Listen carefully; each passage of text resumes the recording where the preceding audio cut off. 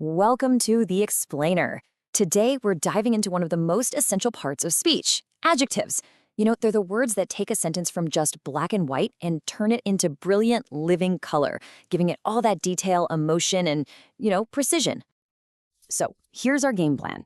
We're going to start with the absolute basics, then we'll walk through all the different types, and we'll finish up by really mastering the art of comparison. Trust me, by the end of this, you'll have a complete toolkit to make your language way more powerful. All right, let's jump right in. So first things first, what is an adjective's job anyway? Why do we even need them? Well, adjectives are the words that give our language all its color and detail. They can take a super simple noun like dog and just bring it to life by answering some really key questions. What kind of dog? Oh, a friendly dog. How many dogs? 3 dogs. Which dog? That dog over there. See? They're the secret sauce that makes our language so vivid. Think about it like this. Adjectives are what make nouns interesting. Without them, you just have a car. But with them, suddenly you have a fast, red, vintage car. You're not just stating a fact anymore, you're actually painting a picture in someone's mind.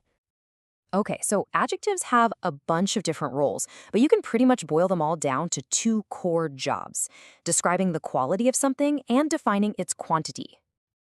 These are probably the adjectives that pop into your head first, right? They're the ones that answer the question, what kind? So you're talking about a large city, an honest person, or a bulky package. They provide all the character and personality. It's what turns a simple wave into a monstrous, thundering wave in a great story. Now, what about when you don't have an exact number, but you still want to give a general sense of the amount? That's where these come in. Words like all, half, many, few, or enough. They all fit right in here. They give us a relative idea without having to get super specific. And of course, for when you do need to be specific, we use adjectives of number. These get way more precise than the ones for quantity, and they actually break down into a few really useful subcategories. So as you can see, you've got a few different flavors here. You can be super exact with definite adjectives like one day or the second attempt. You can be a bit more general with indefinite ones like some people or several options. Or you can focus on individuals inside a group by using distributive adjectives like each student or every single citizen. All right, so besides describing and counting, adjectives can also do some really practical jobs, like pointing things out and helping us ask questions. These guys are all about specifying which one you're talking about. So instead of just saying bag, you can say that's bag to point to one far away, or this paintbrush to talk about the one right here in your hand. They demonstrate exactly which noun we're focused on. And these are your go-to words for asking questions that are directly tied to a noun. The key thing to remember is they always come before the noun they're modifying. So you ask, what assignment? Or which author? They are absolutely essential for gathering information. Okay, now we're getting to one of the most powerful and, frankly, coolest uses of adjectives: comparing things. This is how we rank nouns and show exactly how they relate to each other. This quote just nails it, right? It perfectly shows the 3 degrees of comparison: positive, comparative, and superlative. You've got the basic quality, sweet.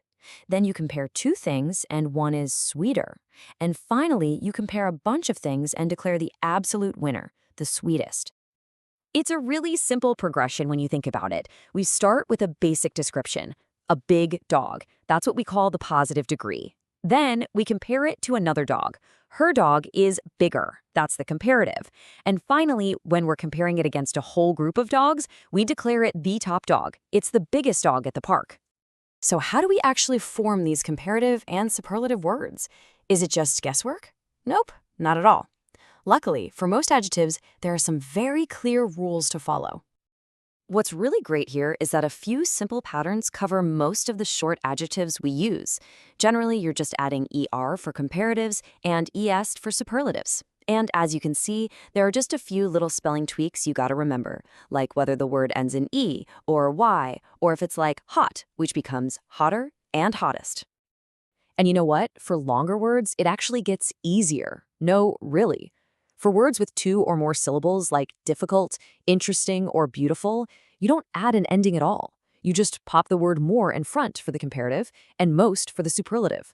More beautiful, most beautiful. See? Simple. But of course, you knew this was coming. English just loves its exceptions. Some of the most common adjectives we use every single day don't follow any of these rules. They are the true rebels of the grammar world.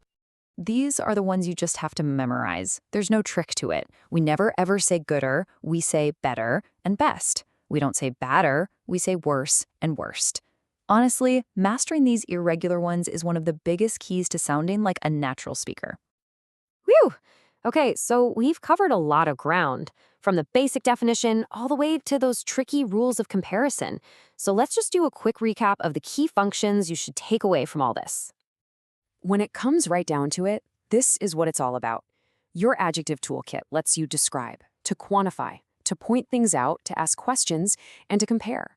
These are the tools that are going to transform your basic statements into rich, really compelling descriptions. And that's really the final takeaway, isn't it? I mean, understanding the rules is just step one. The real art is in consciously choosing a powerful adjective over a simple one, or picking a more precise comparison over a vague one. That is how you truly transform your communication.